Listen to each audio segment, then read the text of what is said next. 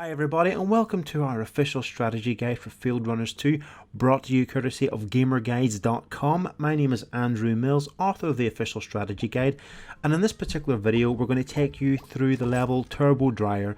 This is effectively our version 2 of the strategy, as an improved one based on website user feedback. One of the users of the guide actually commented that they didn't have access to the machine gun that we previously used, so we went back, we refined our strategy to use Gatling guns only, and in turn we've actually also refined the strategy to the point that it's not quite as tight a win as it was before.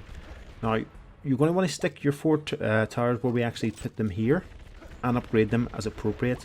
Another key point to mention is on this map we do use every single one of the 18 items that we bring in, which is 6 flames, 6 Spanish flu and 6 Santa surprises. While they're not essential to getting the 400 kills that you need on this map in 6 minutes, it is strongly recommended that you bring them in with you. Bearing in mind on time trial, the quicker you manage to get rid of the field runners, the quicker the next wave starts. Okay, if you let them run for too long, you're wasting time. Okay.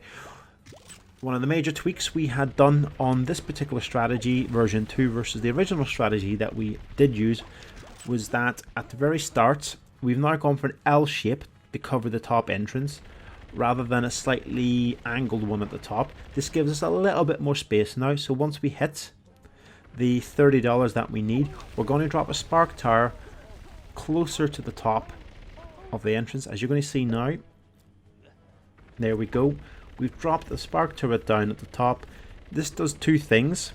It slows down all the runners that are coming from that entrance as they're running around it, and this is hurting them every single second that they're running around. And two, it's capturing the helicopters as they're going past as well. Now thankfully those particular helicopters fly fairly fast, which means even if you don't get them, they won't waste too much time. We drop a polymorph tower opposite the entrance as well. This is a really good idea to do. It will slow the enemies as they're running into the spark turret, including the damage that the helicopters are going to take. And the polymorph can be unlocked for free on the iOS and the iPad version, iPhone and iPad version, by downloading the free version, having the paid one, and that will in turn unlock the other. Now we drop down our second spark turret. This will, one, mop up most of the runners that aren't finished by the top one, and it will also start to damage any runners that run across the bottom entrance and over the horizontal bridge. Now while you're actually going to see this helicopter come through, it's strongly recommended that you do use an item on that particular helicopter, because it's really slow and it will just basically waste time if you don't manage to kill it before it crosses over the half side of the screen you're on. Now what we do actually do is we replace this spark turret that we just dropped with a flamethrower to catch as many enemies as we can as they're coming down. It is stronger than the spark turrets that we are using, and in turn it means we're getting rid of the enemies as quickly as possible before they get too far down the map.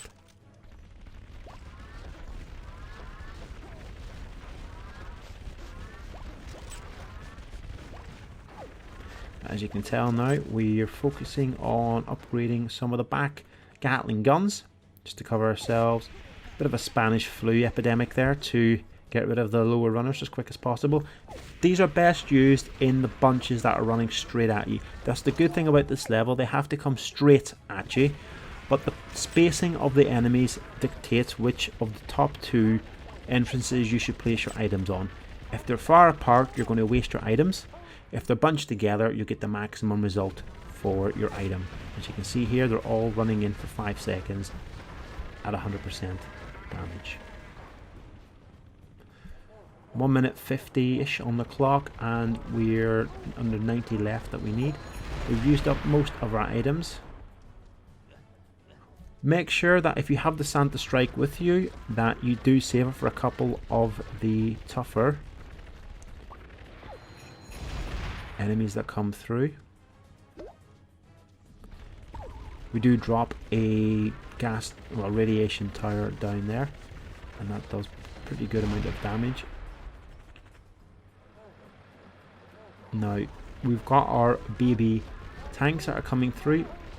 It is worthwhile in turn using a couple of your items here. We use a Santa Strike, we queue it up. We use a Santa Strike to get rid of them as quickly as possible.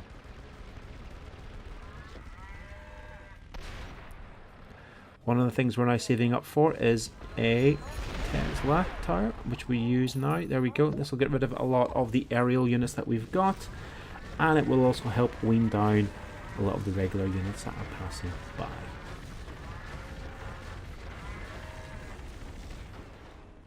$389 on the clock, 37 seconds, and we are using a lot of items, but it does show you that you can buy yourself a little bit of extra time. Success! We've got our 400. Just under 30 seconds left on the clock, and as you can see here, there's still plenty of runners to come through. So even if you don't manage to have enough items to get rid of them all, you do have a bit of an opportunity to use your regular turrets to get the 400 that you need with this particular setup. We hope you find that makes the level even easier again, and for those of you that currently don't have access to the machine gun, we hope that helps. Thank you very much for your feedback. Don't forget that we do look forward to the feedback that you provide to us on the site, and as you can see, we will happily act upon it. Thanks very much for watching the video. We hope it's been a help, and we look forward to seeing you on gamerguides.com again really soon. Take care. Bye bye.